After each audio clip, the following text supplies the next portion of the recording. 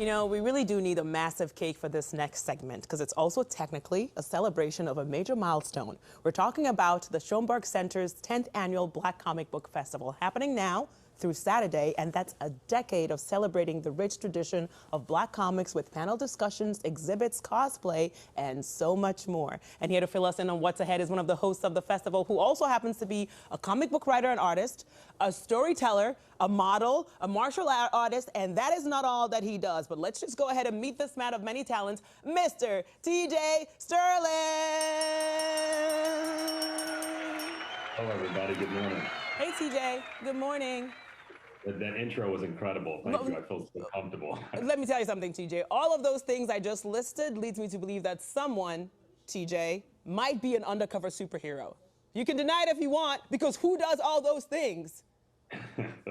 It's true. There's not enough hours in the day. But so you're a superhero is what you're saying?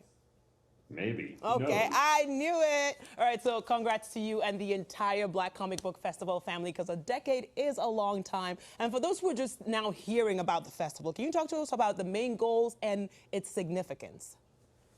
Absolutely. On January 13th, which was yesterday, it marked the 10th anniversary of the Schomburg Black Comic Book Festival. And the festival itself has spent the last decade including and bringing together artists, creators, animators, and fans alike that love comics.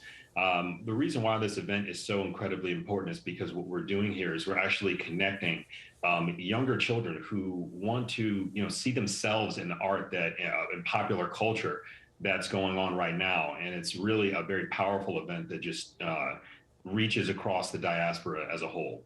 All right, so TJ, yesterday we had the Sundance Film Festival director on talking about the changes they've had to make to this year's festival due to COVID, right? And the same goes for the Black Comic Book Festival.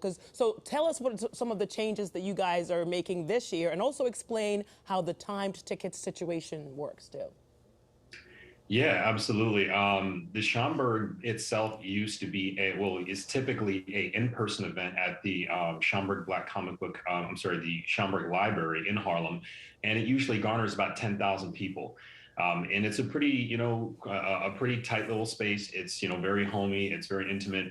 But, during the pandemic, we've had to shift virtually in order to continue to service everyone who wants to, still see a lot of these discussions, a lot of these panels. So everything right now is virtual, but we have some absolutely amazing panels on NFTs, on STEM, on comics to film, on creating comic books and graphic novels. So it's still a really, really robust and exciting and fruitful event for everyone to participate in.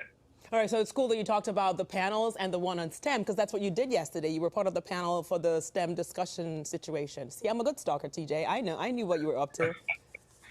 Yeah, I mean, the Schomburg for the last 10 years has really connected people with what's happening, what's new, and really trying to build like this this new view of representation and diversity within the popular arts.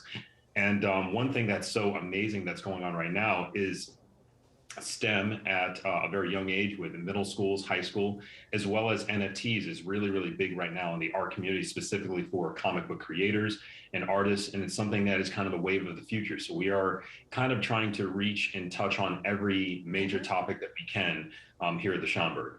All right, so we know David Cronson, who created the hit comic Harriet Tubman Demon Slayer, is involved this year as part of the blog series, right? So, and I mentioned earlier when I was listing out your superhuman talents that you're also a comic writer and artist. So, and we have a feeling that someday down the line we're going to see like some big, massive movie with a character that you created. So can you talk to us about some of your work and where we can find it? Yeah, absolutely. Thank you so much. I mean, some of the work that you see behind me is on my screen over here, some stuff that I've actually drawn and created myself. For me, as a young, Black kid growing up in Grand Rapids, Michigan, comics were my gateway to really feeling included. And it was something that inspired me at a very young age. So this is the way I could tell my story. So over the years of working at Marvel and DC and doing a few other things, I wanted to create my own comic book company, and that's really what Ray Comics, RAE Comics, is about.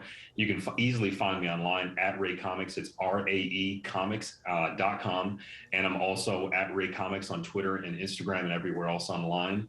I would love to connect with you guys. All right, we'll connect with you. We're going to get autographs now that we can, because we know before we know there's going to be bodyguards and security like chasing us away.